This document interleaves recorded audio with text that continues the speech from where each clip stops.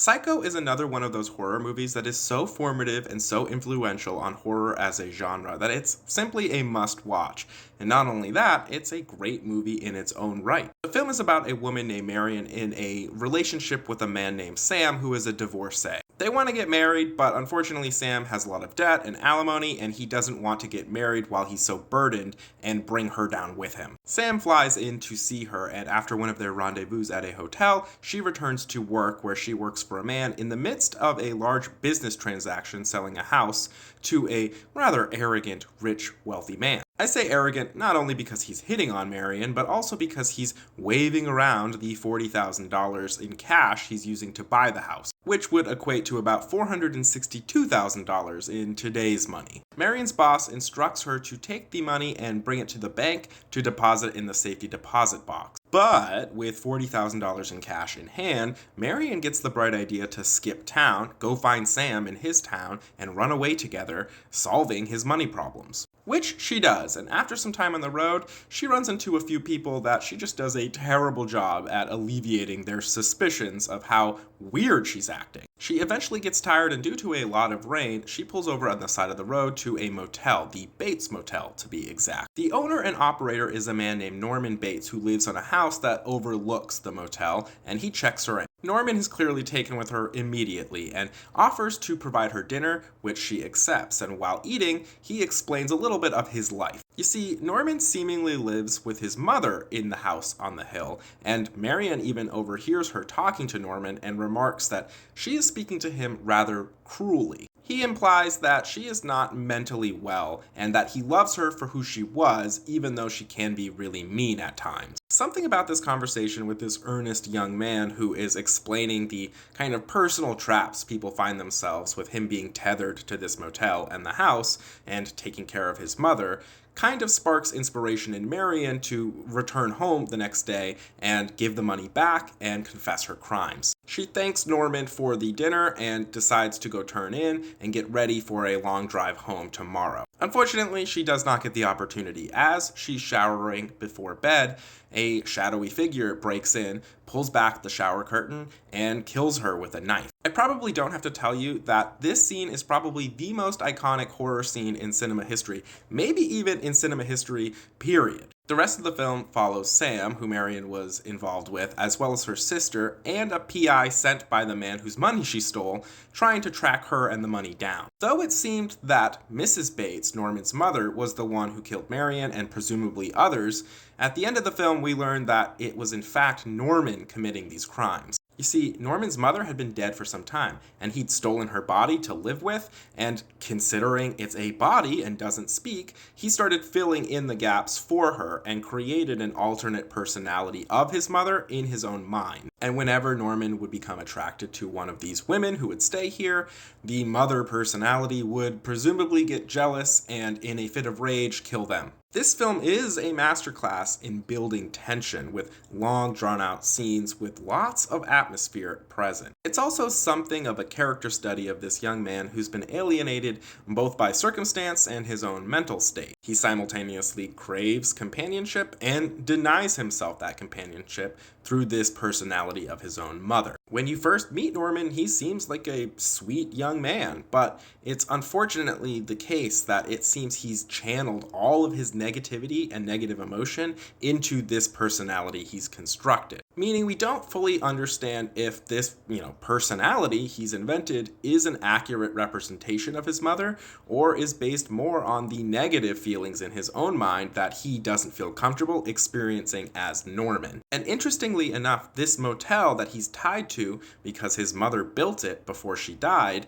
seems to be limiting his ability to find other people to bond with and form healthy attachments. In a way, the motel serves as a kind of metaphor for Norman, the character. It's consisted of compartmentalized cabins that are set up and presented in a certain way for the occupants that will inhabit them. He's compartmentalized his own personality in his head, so if you view the motel as a metaphor for Norman, you can kind of view the people inhabiting these individual cabins as potential relationships, both romantic and platonic. It's when things get messy that there's a problem, and in the case of Marion, his mother personality ending her life certainly is a mess, and Norman is able to just clean it up and get it back to the state where it was presentable again for the next potential occupant. And if we take the metaphor of the motel as Norman further, there's this other through line regarding the amount of business it experiences. It was constructed on a highway that Norman implies was at one time rather busy, but the construction of a nearby freeway diverted a lot of that traffic away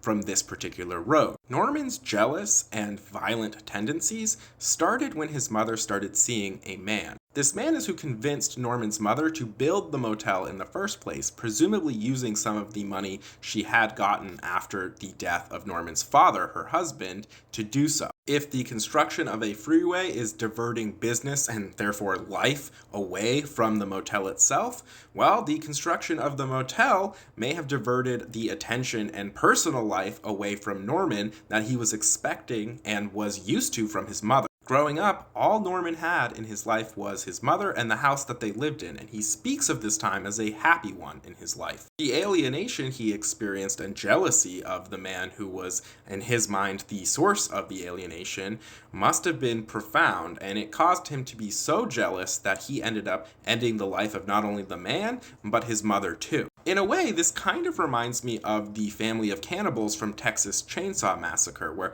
they used to work in the slaughterhouse, which was the industry of the area, and due to industrialization and the changes in the slaughterhouse procedure, through no decision they made, they found themselves out of work. They became bitter and resentful and viewing people as potential meat to sustain themselves on rather than individuals. In that way, I think they and Norman have something in common. I will say Norman has done a lot to construct kind of barriers around his own personality to protect his own version of himself, his own, thoughts on his innocence from his actual atrocious and heinous acts. Whereas the cannibal family in Texas Chainsaw Massacre seem to revel in it and have made it a family affair. But in both cases, we kind of have these rural communities where development, whether that be through the land itself or through the industry that's the kind of lifeblood of the area, has shifted the outlook of the inhabitants, with the resulting alienation making the cannibals turn to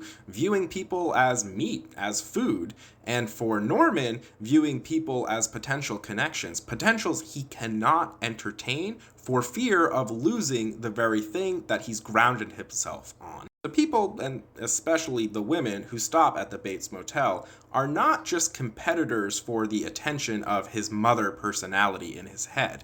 They're also potential outs to creating a new life of his own that doesn't revolve around everything he's used to construct his own identity, which I think is very deeply connected to the reason the cannibals from Texas Chainsaw Massacre didn't want to leave that area of Texas and find jobs elsewhere. They are connected and constructed to an identity as people who work in the slaughterhouse, and if they don't have work in the nearby slaughterhouse, well, their home and farm will become the slaughterhouse where they do their thing. The potential for life and love, both of a romantic and carnal nature to Norman, does excite him, but it also terrifies him, because his only remembered experience of introducing this potential in the form of romance was when his mother stopped paying as much attention to him, and that was probably the worst time of his life up until that point. Regardless, Psycho is a classic for a reason, and with that, we have finally finished our 31 days of horror, watching horror movies throughout the month of October. I hope you enjoyed it. I know I did. And if you want to see more of this kind of thing from me, feel free to give me a follow, like some of these videos, comment your thoughts on some of these movies, because I love reading your comments as well.